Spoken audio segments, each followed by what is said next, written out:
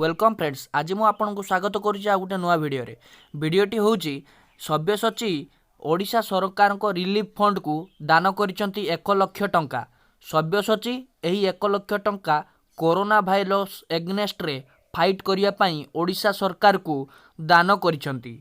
से समस्त को मध्य रिक्वेस्ट करिसेंती जे समस्ते किछि किछि टंका ओडिशा सरकार रिलीफ फंड को निहाती दान करंतु, जहा फल रे आमे कोरोना भाइरस एग्नेस्ट रे फाइट करि परिबा। से एहा मध्य कहिसेंती एहा व्यतीत से स्माइल प्लीज ऑर्गेनाइजेशन सह मिसी एही समय रे समाजर गरीब श्रमिक और दिन मजुरिया मानक पई दैनंदिन मौलिक आवश्यकता पूरण करने दिगरे चेष्टा करुछंती।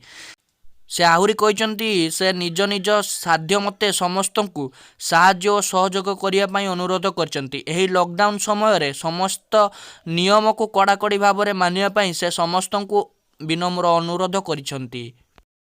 भाई अरे टे पाखु आसुन, सुनो मो कथा मन देकी सुनो। एई 21 दिन मु घरु बाहरिबिनी। जेते जहा हो जाऊ मते आपण माने बाहर देखिबे नाही। सांग माने ए जो भोजी भात बुलाबुली एवडा कुआडे जाऊनी। बस ए किछि दिन हम गुटे जगी के घरे रहया को पड़िबो। मु तो शपथ नहीं सारची घरु पदा को जिबिनी। आपण माने भी मो संगे शपथ करंतु, जहा हे गले भी आपण घरु बाहर को बाहरिबेनी। केते दिन? मात्र 21 दिन। कोन पई? टिके सतर्कता, कोरोना ठू दूरता, कोरोना को करो ना। भाई